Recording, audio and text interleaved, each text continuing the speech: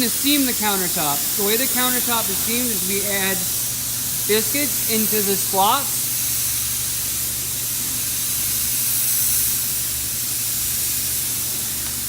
Now we're going to add our next countertop section.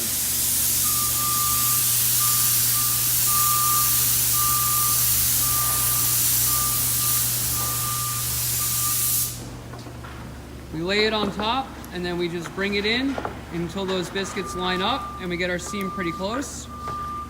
And then we're going to go underneath the countertop and we're going to use tight joints to bring it all together. So you push your tight joint in.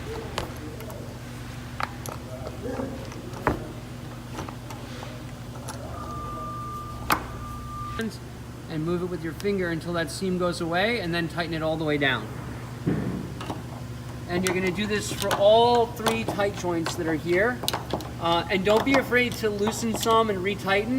You can actually adjust the countertop up and down to make sure that seam's perfect by using these tight joints.